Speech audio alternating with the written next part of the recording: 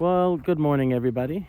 This is Pastor Jay, and I'm coming to you from the vicarage. Actually, we're taking a walk around the block right now, Snug and I, and this is part of my morning routine with him, and part of my morning routine working in the forest garden. Had a conversation with a missionary this weekend, and he was talking to me about his dream of blending his ministry together with the idea of permaculture in the days ahead. And of course, that resonated with me because it's sort of part of my dream. And it wasn't something that I didn't start the conversation, really. He did. And he talked to me about his love of gardening and how he wished he was in a position where he could do some more gardening. And but that was a long-range plan of his and his wife's.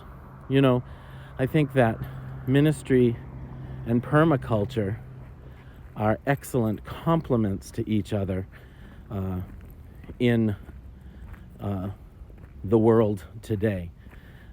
Gardening and farming and ministry have a lot in common. And so I kind of wanted to talk about that today as we are taking our morning walk.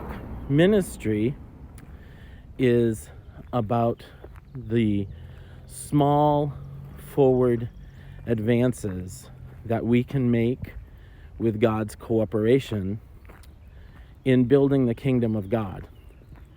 What I can say from the standpoint of having ministered for now several decades is that nothing in ministry is fast. Most of my ministry, in fact, probably 99% of my ministry has been in this one town, Winchendon.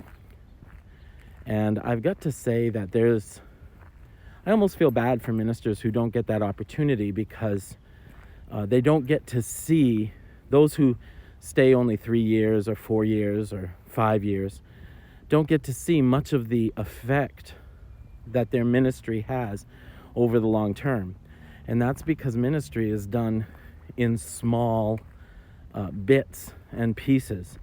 You don't build a successful ministry in a year or in a day, although there are days that are miraculous and there are years that are particularly productive, just like gardening and farming. The actual work of establishing a permanent garden takes much longer than a year or a day, even with those significant moves of God. In fact, the significant moves of God are really only small parts of the process of building a permanent ministry structure in a town. They're the parts that often get remembered the best, but they are still only parts of the work. And it's like that I'm discovering in doing permaculture. Most of the work of permaculture is the small, constant work that you do day in and day out.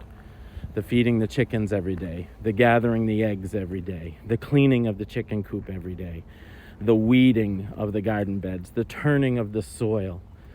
All of these things are small acts in and of themselves. They don't take much time. So usually not much more than this little walk with Snug that I'm on right now.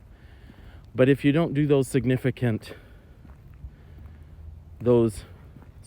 small things, then the significant big things that do happen almost seemingly by chance don't have an opportunity to take root and bring about their biggest effect.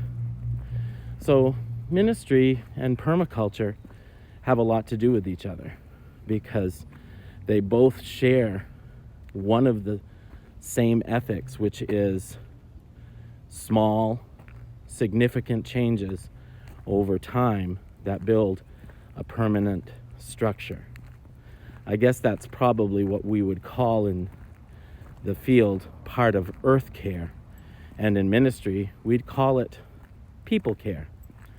Well, I just wanted to share these thoughts this morning. I've got more to say today about some prophetic words that were given during our Jesus 45 meeting this morning, but I'll share those later. Until we meet again, God bless you and be at peace.